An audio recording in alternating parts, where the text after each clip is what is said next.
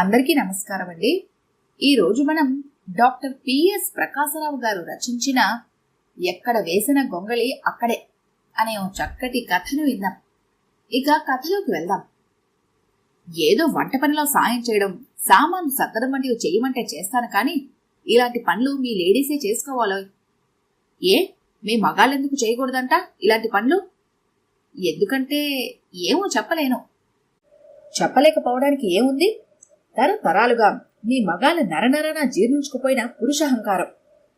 ఇంత చిన్న విషయానికి అంత పెద్ద మాట అవసరమా? ఇది చిన్న విషయమేమీ కాదు. ఎంత చదివినా, ఎన్ని ఆదర్శాలు వర్లించినా భర్తల స్వభావం మారలేదని రుజువు చేసే అంశం. అంటే ఏమిటి నీ ఉద్దేశం? పాప సంరక్షణ బాధ్యతంతా నీ మీదే పెట్టి నేనేమి చేయట్లేదనా? ఎందుకు చేయటం లేదు? చేస్తున్నారు. పాపకు పాలు పట్టించమంటే పట్టిస్తారు, కాని అది పాలు కక్కితే నన్ను పిలుస్తారు. పక్కలో పడుకోబెట్టుకొని దాని ముద్దు మాటలతో మురిసిపోతారు, కాని అది పక్క తడిపితే నేనొచ్చి పక్క బట్టలు మార్చాలి. బజారంతా తిరిగి గౌన్లు కొని అవి తొడిగి పొంగిపోతారు, కాని అది గౌను పాడు చేసుకుంటే మాత్రం చేదరించుకొని ఏమోయ్ పాప సంగతి కొంచెం చూడు అంటూ నా కోసం గావు కేకలు పెడతారు. టేబుల్ శుభ్రం చేయలేదని ఆఫీసర్ అటెండర్ మీద కేకలేసినట్టు. కమల, రమేష్ ఆ జంట పేర్లు. వారి కలల పంట ఆ పాప. వాళ్ల పెళ్ళై 4 ఏళ్లు దాటింది. పాప పుట్టి 3 ఏళ్లు దాటింది. వాళ్ల పెళ్లి అందరిలోనూ జరిగింది, కాని అందరి పెళ్లిలా జరగలేదు. యూనివర్సిటీ క్యాంపస్ వాళ్ళ పరిచయానికి బీజం వేస్తే లైబ్రరీ ఆ బీజం మొక్కలా పెరగడానికి దోహదపడింది. పుస్తకాలు, సాహితీ సమావేశాలు ఆ మొక్క 3 పువ్వులు 6 కాయలుగా విలసిల్లేలా చేశాయి. శ్రామికుల గురించే కాదు, ప్రేమికుల గురించి కూడా చర్చలు జరిగేవి. ఇద్దరిలో ఒకరికైనా ఉద్యోగం దొరికే వరకు ఇద్దరు ఒక్కటి కాకూడదు అనుకున్నారు. చదువులు పూర్తయ్యాక కమలకు ఓ ఎయిడెడ్ కాలేజీలోనూ, రమేష్కు ప్రైవేట్ కంపెనీలోనూ ఉద్యోగాలు దొరికాయి. వేరువేరుగా నివసిస్తూ అప్పుడప్పుడు సభల్లోనూ, సమావేశాల్లోనూ, ఫంక్షన్లోనూ కలుసుకుంటూ గంటల తరబడి చర్చలతోనూ వాదాలతోనూ గడిపినప్పుడు బయటపడని అభిప్రాయ భేదాలు కలిసి జీవనం ప్రారంభించాక బయటపడసాగాయి. వాటిలో ఇది కూడా ఒకటి. ఎలక్షన్ డ్యూటీ చేసి అలసిపోయి 2 రోజుల తర్వాత ఇంటికి చేరింది కమల. అలసట, నిద్రలేని వల్ల తలనొప్పి, నీరసం వచ్చేశాయి. భోజనం కూడా చేయాలనిపించలేదు. స్నానం చేసి కాఫీ తాగి పడుకుంది. ఉద్యోగాలు చేసే ఆడవాళ్లకు ఎలక్షన్ డ్యూటీ పెద్ద శిక్ష. కమలకు మాత్రం ఆ శిక్ష నుంచి మినహాయింపు ఎందుకుంటుంది? ఎక్కడో మారుమూల గ్రామంలో డ్యూటీ. అక్కడ కరెంటు లేదు. శుభ్రమైన తిండి దొరికే హోటళ్లుండవు. దొరికిందేదో తిని కాలక్షేపం చేద్దామనుకుంటే టాయిలెట్ సౌకర్యాలు లేకపోవటం వల్ల తిన్నది జీర్ణం కాక ఏ సమస్య వస్తుందో అని భయం. కనీసం మంచినీళ్ళు ఎక్కువ తాగాలన్నా భయమే.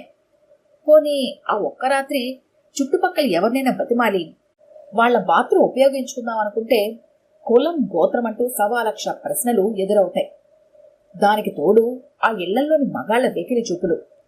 ఈ సమస్యల చికాకుల్లో ఉంటే ఎలక్షన్లో ఫ్రీగా దొరికిన నాటుసారా తాగి ఎవరొచ్చి గందరగోళం చేస్తారని మానసిక ఆందోళన మరోవైపు. ఈ సమస్యలన్నీ ముందుగానే ఎవరో చెప్పగా విన్న కమల డ్యూటీ ఆర్డర్ తీసుకొనని నిర్ద్వంద్వంగా చెప్పింది. కానీ ఇవి కలెక్టర్ ఆర్డర్స్ అమ్మా, కాదంటే మీకే లేనిపోయిన సమస్యలు. పైగా ఉద్యోగంలో కొత్తగా చేరినట్టున్నారు, ఆలోచించుకోండి అన్నాడు ఆ ఆర్డర్లు తెచ్చిన వ్యక్తి. అందరూ లోపల సనుక్కుంటూనే మౌనంగా ఆర్డర్లు తీసుకుంటూ ఎందుకు సంతకాలు పెడుతున్నారో అప్పుడు అర్థమైంది కమలకి. తను కూడా నలుగురితో నారాయణ అనక తప్పలేదు. ఏదో విధంగా ముళ్ళు మీద ఉన్నట్టు 2 రోజులు గడిపేసి డ్యూటీ పూర్తయిందనిపించేసరికి తలప్రాణం తోక్కొచ్చినంత పనైంది ఆమెకు. ఇల్లు చేరుకుని విశ్రాంతి తీసుకుందాం అనుకుంటే రాత్రి 12:30కి పాప లెట్రిన్ వెళ్తుందట. తీసుకెళ్లమని రమేష్ కమలకి లేపడంతో వాదన మొదలైంది. అది సమస్య. కమలే పాపని తీసుకెళ్లటం, తీసుకురావటం, నిద్రపుచ్చడం కూడా అయిపోయింది. కానీ వాదన మాత్రం కొనసాగుతూనే ఉంది. అంటే అందరూ భర్తల్లాగే నేను ప్రవర్తిస్తున్నానంటావా? కిరాణా, కూరలు తేవడం వంటి బయట పనులన్నీ నేను చెయ్యట్లేదా? అప్పుడప్పుడు ఇంటి పనులు నీకు సాయపడ్డం లేదా? ఆమె వాదాన్ని తిప్పికొట్టడానికి తనకు పాయింట్ దొరికిందని దాన్ని ప్రయోగించేశాడు. కాని సాయంత్రాలు ఎక్కువగా స్నేహితులని, షికారులని బయట తిరిగి రాత్రి ఏ 10 గంటలకో ఇల్లు చేరుతాడనే విషయం అతనికి గుర్తులేదు కాబోలు. ఆగండి, మీరు బయటకెళ్లి చేసే పనులన్నీ నేను చేయగలను. కాకపోతే ఆటోలకి 10 రూపాయలు ఖర్చు అవుతాయి అంతే. నేను కాదనడం లేదు, కానీ ఇలాంటి పనులు చెయ్యలేనని అంటున్నాను. అంటే అందరు మగాళ్లానే మీరు కూడా ఆడపనులు వేరు మగ పనులు వేరు అనే పురాతన అభిప్రాయాల్లో ఉన్నారన్నమాట. ఏమో, నువ్వెలా అనుకున్నా సరే అంటూ శరీరంతో పాటు సంభాషణకు కూడా ముసుగేసేశాడు. ఆమె చేసే నిశిత విమర్శకు తట్టుకోలేనప్పుడు చేసే వాదనను అర్ధాంతరంగా ముగించేయడం అతనికి అలవాటే. ఆ సంగతి తెలిసి కూడా అతనితో అంతసేపు వాదించడం తన తప్పే అనుకుంది. నిద్ర ఎగిరిపోయి తగ్గుతుంది అనుకున్న తలనొప్పి ఎక్కువైంది. రమేష్తో జీవితం ప్రారంభించాక ఇలాంటి సంఘటనలు తనకి 2-3 ఎదురయ్యాయి. పెళ్లైన కొత్తలో జరిగిన సంఘటన ఇప్పటికీ తన కళ్ల ముందు కదలాడుతోంది. ఆమె అత్తగారు కొడుకును చూడాలని పల్లెటూరు నుంచి వచ్చింది. కానీ కట్నం తీసుకోకుండా, ఓ అచ్చటా ముచ్చటా లేకుండా రిజిస్టర్ పెళ్లి చేసుకున్నాడని సంవత్సరం దాకా కొడుకు ముఖం చూడలేదు ఆవిడ. చివరికి ఉండబట్టలేక తనంతటి తానే వచ్చింది. కోడలు ఆప్యాయంగా పలకరించడం, తన అవసరాలని దగ్గరుండి తీర్చడం చూసి, పర్వాలేదు, కట్నకానుకలు లేకపోయినా నా కోడలు మంచి పిల్లే అని సరిపెట్టుకుంది. కాని ఒక్క విషయం మాత్రం పరమాన్నంలో పంటి కింద రాయిలా తగిలింది ఆవిడికి. భర్తను పేరు పెట్టి పిలుస్తుందేమిటి? పోనీలే, ప్రేమ పెళ్లి కదా, అలవాటేమో, కాలక్రమంగా మార్చుకుంటుందిలే అని మొదట సరిపెట్టుకుంది. కాని రోజులు గడుస్తున్నా పని మనిషి ముందు, ఇంటికొచ్చిన బంధుమిత్రుల ముందు కూడా అలానే పిలుస్తుంటే సహించలేకపోయింది. తన బాధనంతా కొడుకు ముందు వెళ్లగక్కింది. రమేష్ కమలకు నచ్చజెప్పాలని ప్రయత్నించాడు. ఆమె ససేమిరా అంది. ఇంతకాలం నుంచి లేని అభ్యంతరం ఇప్పుడెందుకొచ్చింది? పెళ్లి కాకముందు సినిమాలకి, షికార్లకి, పార్కులకి, మీటింగులకి తిరిగాం. స్నేహితుల ఇళ్లలో జరిగే ఫంక్షన్లకి అటెండ్ అయ్యాం. ప్రతి చోట పేర్లు పెట్టుకుని పిలుచుకున్నాం. అసమానతల సాంప్రదాయాన్ని కాదని స్నేహితుల్లా జీవించాలి అనుకున్నాం. ఇప్పుడు కొత్తగా అలవాట్లు మార్చుకోవాల్సిన అగత్యం ఏమొచ్చింది? తీవ్రంగానే ప్రశ్నించింది కమల. అది కాదు కమల, కొంచెం నేను చెప్పేది విను. మా అమ్మ పాతకాలం మనిషి. కులాంతర వివాహం, ప్రేమ వివాహం వంటి వాటిని అంగీకరించేంత వరకు వచ్చింది. కానీ భార్య భర్తను పేరు పెట్టి పిలవడాన్ని జీర్ణించుకోలేకపోతుంది. ఈ వయసులో ఆమెను బాధపడడం ఎందుకు చెప్పు? బ్రతిమాలుతున్న ధోరణిలో అన్నాడు. మరి ఈ వయసులో ఆమెను బాధపెట్టడం ఎందుకు అనుకున్నప్పుడు కట్నం లేని పెళ్లి ఎందుకు చేసుకున్నావు? ఈ పెళ్లి ఆమెను బాధ పెట్టింది కాదా? ఆమె అసలు బాధే పడకూడదనుకుంటే ఆమె ముచ్చట పడినట్టుగా లక్షల కట్నంతో లక్షణంగా పెళ్లి చేసుకోవచ్చు కదా. చూడు రమేష్, జీవితమంతా పాత సాంప్రదాయాలను గౌరవిస్తూ బ్రతికిన వాళ్లు ఒక్కసారిగా కొత్త భావాలను అంగీకరించరు. రెండింటి మధ్య ఘర్షణ తప్పదు. ప్రగతిశీల భావాలను ఆచరణలో పెట్టేవాళ్లు రాజీ పడకుండా ముందుకు సాగితే మీ అమ్మలాంటి వాళ్ళు కూడా నెమ్మదిగా వాటిని అర్థం చేసుకోవడం ప్రారంభిస్తారు. మన పెళ్లిని ఆమె అంగీకరించే స్థితికి రావడమే దీనికి ఉదాహరణ అంది. రమేష్ దగ్గర దానికి సమాధానం లేదు. పెళ్లి అనే ప్రధాన సమస్య పరిష్కారం అయినప్పుడు చిన్న చిన్న విషయాలు రాజీ పడొచ్చు కదా అనే ధోరణిలో ఆలోచిస్తున్నాడు. ఆ విషయాన్ని మళ్లీ చెప్పాడు. కమలకి చాలా అసహనంగా ఉంది. తెగేదాకా లాగడం ఇష్టం లేక తెగించి చెప్పలేకపోతుంది. ఏ భావజాలానికైతే తాను అతీతంగా ఉండాలనుకుందో అదే భావజాలంతో రాజీ పడక తప్పలేదు.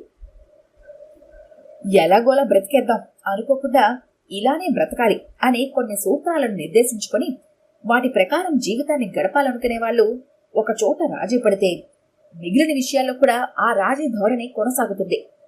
మొదటిసారి రాజీ పడేటప్పుడు అనుభవించిన మానసిక సంఘర్షణ ఆ తర్వాత పడిన రాజీల్లో ఉండదు. కమల విషయంలో కూడా అదే జరిగింది. భర్తను పేరుకి బదులు ఏవండి అని, నువ్వుకి బదులు మీరు అని పిలవటం అలవాటు చేసుకుంది. కాని ఆ రాజీ ధోరణి అక్కడితో ఆగలేదు. ఈ సంఘటన జరిగి 3 రోజులు తిరగకుండానే 3 రోజుల సమస్య అత్తాకోడల మధ్య తిష్ట వేసి కూర్చుంది. అత్తగారు చెప్పిన విషయాలు విని కస్సు అంది కమల. కొడుకు దగ్గర మొరపెట్టుకుంది అత్తగారు. కథ మామూలే. కమల వాదించింది. భర్త అభ్యర్థించాడు. కాదు కాదు, మరోసారి తన ఆధిక్యతను రుజువు చేసుకున్నాడు. అత్తగారు కొన్నాళ్లుండి వెళ్లిపోయినా కమల కొత్త అలవాట్లు స్థిరపడిపోయాయి. 3 ఏళ్ల తర్వాత ఆవిలో అంతర్మదనం ప్రారంభమైంది. రమేష్ని జీవిత భాగస్వామిగా ఎంచుకోవడంలో తొందరపడ్డానా అని తర్కించుకోసాగింది. చిన్నప్పటి నుంచి కుటుంబంలో వివక్షను ఎదుర్కొంది తను. తల్లి, తండ్రి, అన్నలు ఎన్నో కట్టుబాట్లు విధించేవారు తన మీద.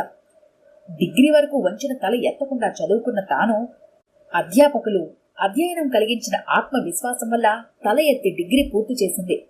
ఆ మార్పును గమనించిన అన్నలు యూనివర్సిటీ చదువుకు అభ్యంతరం చెప్పారు. మొదటిసారిగా ఎదురు తిరిగి విజయం సాధించింది. తన భవిష్యత్తు ఎలా ఉండాలో అప్పుడే నిర్ణయించుకుంది. ఎలాంటి పురుషాధిక్యతకి తావు లేకుండా చక్కని అభ్యుదయ భావాలున్న యువకుడితోనే జీవితాన్ని పంచుకోవాలి అనుకుంది. కలల సాకారంగా పరిచయం అయ్యాడు రమేష్. సమాజంలో స్త్రీల దుస్థితి గురించి, పురుషాధిపత్యం గురించి ఆవేశంగా మాట్లాడేవాడు.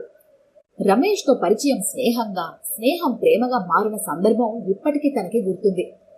ప్రపంచ మహిళా దినోత్సవం సందర్భంగా ఏర్పాటు చేసిన సభలో ఎంత ఉద్వేగపూరితంగా మాట్లాడాడు. స్త్రీ ఇంట్లో చేసే శ్రమ అనుత్పాదకమని, ఇంటి పనులకే పరిమితమైపోవడం ఆమెను నిరర్ధకురాలుగా చేస్తోందని, స్త్రీ సంపూర్ణ సమానత్వాన్ని సంపాదించినప్పుడే ఆమెకు వీటి నుంచి విముక్తి అని ఆవేశంతో ఉపన్యాసిస్తుంటే అతన్నెంతో ఆరాధన భావంతో చూస్తూ తానే ముందు చప్పట్లు కొట్టింది. అవన్నీ పైపే కబుర్లేనా? ఆచరణకు వచ్చేసరికి మగాళ్లంతా ఇంతేనా? పురుషాధిక్యం కేవలం రూపాన్ని మాత్రమే మార్చుకుందా? కలత చెందిన మనసుతో తెలియకుండానే నిద్రలోకి జారిపోయింది. రాత్రి 10 దాటుతున్నా రమేష్ ఇంటికి రాలేదు. మీటింగ్లో స్నేహితులతో కబుర్లు అయ్యుంటాయని సరిపెట్టుకుంది. 11 కావస్తుండగా వచ్చాడు. ఎక్కడెక్కడో తిరిగి వచ్చినట్టు అతని ముఖం చూస్తేనే అర్థమవుతుంది. స్నానం భోజనం చేసి, కమలా, నీతో మాట్లాడాలి, డాబా మీద కూర్చున్నారా అంటూ ఆమె సమాధానం కోసం ఎదురు చూడకుండా వెళ్ళాడు.